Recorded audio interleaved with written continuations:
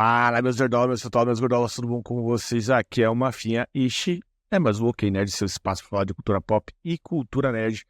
Vamos falar um pouquinho da história da Paramount e o porquê Paramount está aí com uma situação tão horrível a ponto de estar no mercado para ser vendida, né? Dívida da Paramount Global reduzida para o status de lixo, a classificação de crédito da Paramount, né, do estúdio foi reduzida para BB+, um nível abaixo do grau de investimento, devido a preocupações com fluxos de caixa fracos e pressão de classificação negativa à medida que o estúdio muda de TV normal, né, para o streaming.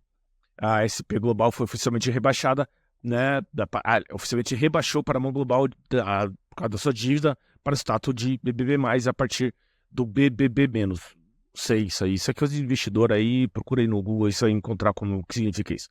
Nível abaixo do grau de investimento. A agência de notação de crédito fez a mudança em métricas de crédito fracas, como perspectiva estável. O rebaixamento ocorre um mês após a Paramount coloque o relógio negativo pela SP Global para uma possível redução da classificação de crédito em relação a preocupações de fluxo de caixa mais fracas, à medida que o grande estúdio passa de TV normal, né, linear, para o espaço de streaming. Enfim, e o que acontece? A Paramount resolveu, né, se colocar em venda e a gente está sabendo que já existe outras empresas aí, como essa aqui, por exemplo, deixa eu colocar aqui para vocês também, que estão interessadas em comprar. A gente já vai falando da parte cultural, tá, pessoal? Só para a gente dar um panorama aqui.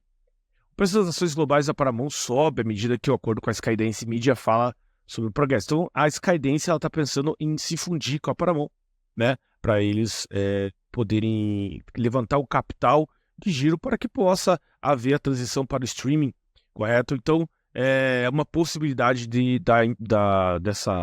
desse estúdio não desaparecer, correto, pessoal? Lembre-se, é uma possibilidade, né? Mas só o fato do estúdio estar nessa situação que eles estão já é uma tristeza, sabendo o quanto a Paramount é importante para a história do cinema. Tá, pessoal? Então tem aqui algumas coisas, a gente sabe aí que tem o David Ellison tá querendo comprar, fazer essa fusão, tem a Sherry Redstone aí também, da Skydance, e por aí vai. Tá bom, pessoal, e o que isso quer dizer? Bom, quer dizer muita coisa. Deixa eu só ler que a Skydance é controlada pela família Ellison e a Paramount proprietária dos estúdios de cinemas TV Paramount, serviço de streaming Paramount Plus, da rede de transmissão CBS, dos canais a cabo da Nickelodeon, tá passando uma problemaço, a gente vai fazer vídeo da Nickelodeon, MTV, Comedy Central, né, e tem um longo histórico de colaboração em franquias de filmes grandes como o Missão Impossível. Então você vê como é importante a Paramount. Tá, galerinha, mas e aí? E aí que a Paramount ela tá sofrendo do problema que todos os estúdios estão sofrendo ultimamente, que é a questão da falta, né, de organização financeira e também do excesso de política de identidade em das suas grandes IPs. Um dos principais alvos aí dessa excesso dessa política de identidade é o nosso maravilhoso e lindo Star Trek, né? Que é uma das obras seminais da nerdice, os nerdolas. Star Trek, não preciso nem dizer, e que sempre é arrastado para baixo por causa dessas questões culturais, né? É porque o Gene Roddenberry, que era o criador de Star Trek, é o criador, né? Ele já morreu, mas ele continua sendo o criador. Ele era um comunista, todo mundo sabe disso, ele era do Partido Comunista, tal.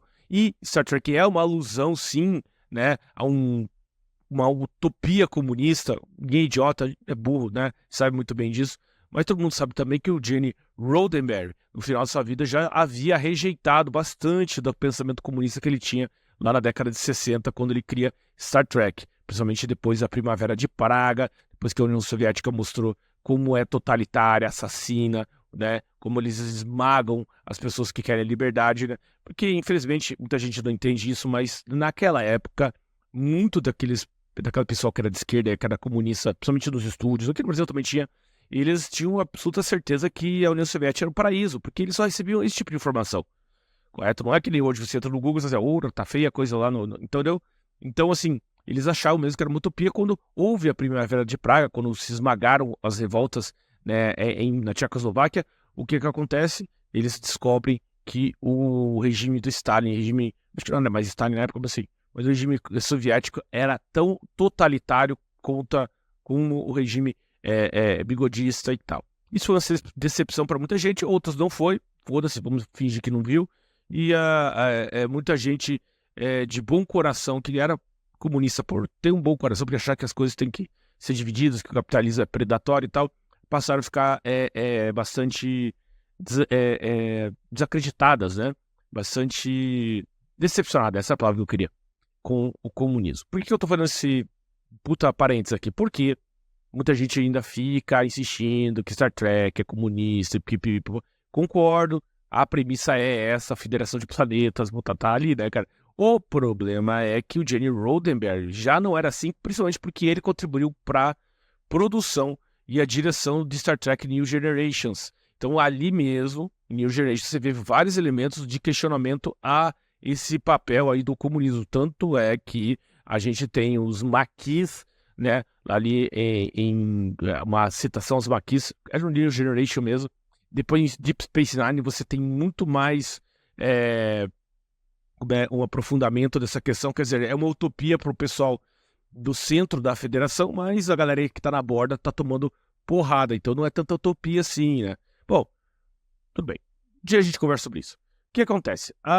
Um cara que está produzindo Star Trek aí para a Paramount há um bom tempo é o tal do Alex Kurtzman.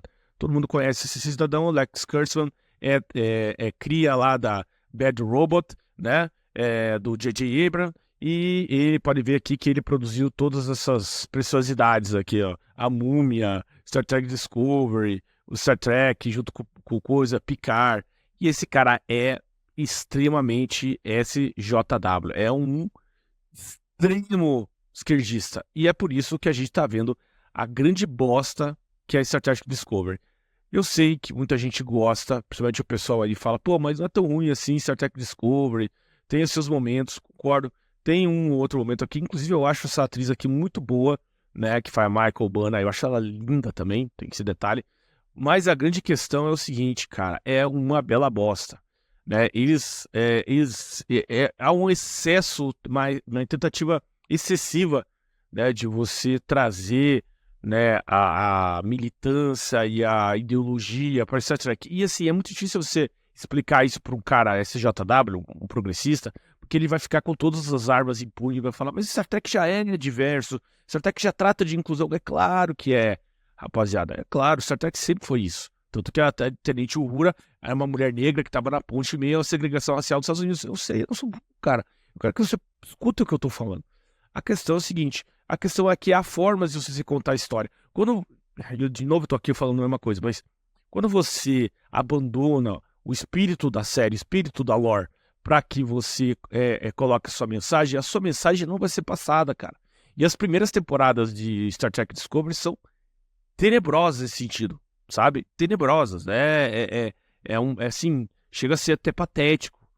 Você olha na ponte, só tem mulher na ponte, né? Aí o médico é o médico gay, não sei o quê. Você tá entendendo, galera?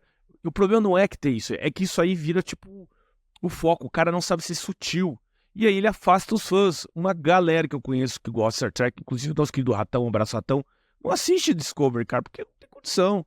Com o Picard é a mesma coisa, né? Você vai lá, Picard, pô, os caras querem transformar Picard em uma novela SJW. Tem seus momentos bons? É impossível não ter, a gente tá falando de Star Trek.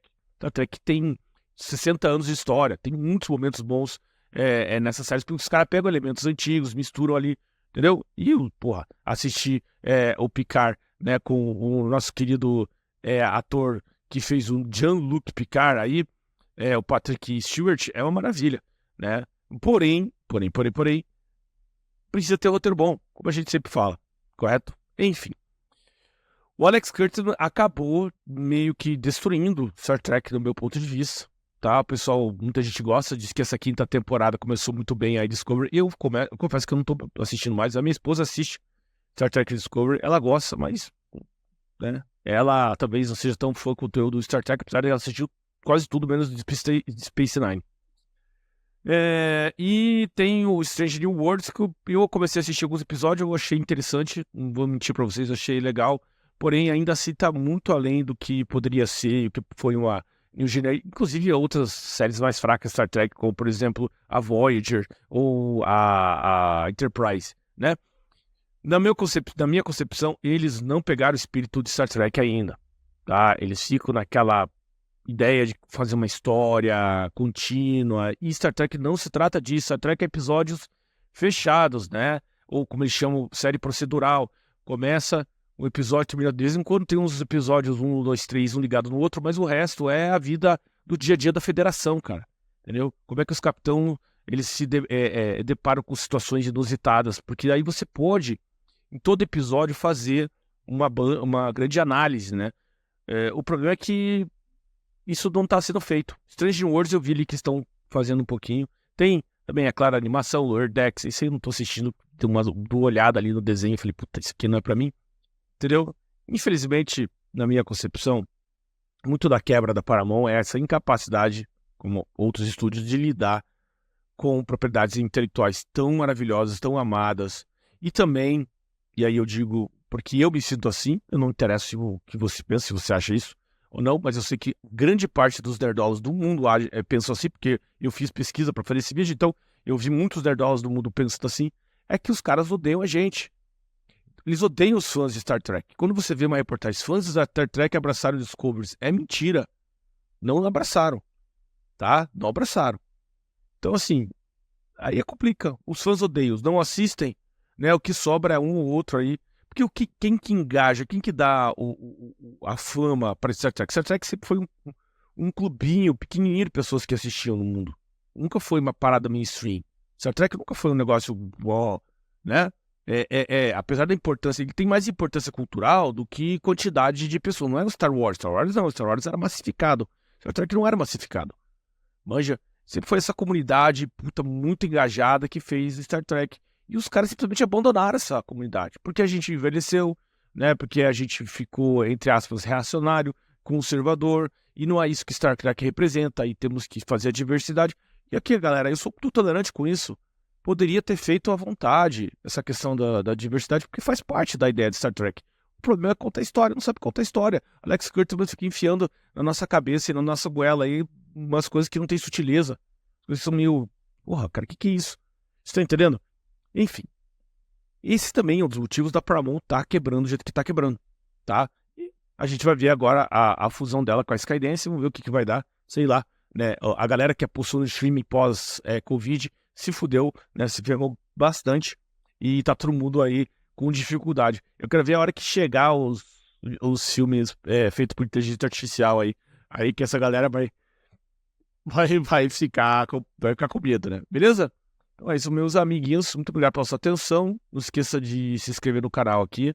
Não esqueça de dar aquela curtida. Não esqueça também de entrar nos links que tem aqui para você fazer o curso aí do Jonas Bressan, curso de inglês. Cara, quando você compra o curso de inglês, você me ajuda aqui e ajuda você. Então, clica no link, compra esse curso, aprenda inglês e se mande aqui do Bananil. Tem o curso também para fazer YouTube sem aparecer do nosso querido Peter Jordan. Também clica aqui. Beleza? Tem outros cursos que eu coloquei aqui. Eu vou me inscrever no negócio da Amazon lá também, que o pessoal tá comprando umas coisas aí, recebendo comissão. Eu vou entrar nessa aí também. Faz tempo que eu tô me prometendo que eu vou fazer agora. E que mais? Bom, por enquanto é só isso. Beleza? A gente se encontra mais tarde aí no Nerdola Reclama e nos outros vídeos do dia que vai sair no OkNerd, beleza? Muito obrigado pela sua atenção, muito obrigado pelo seu carinho. E a gente se vê logo mais aqui no OkNerd. Tchau, tchau.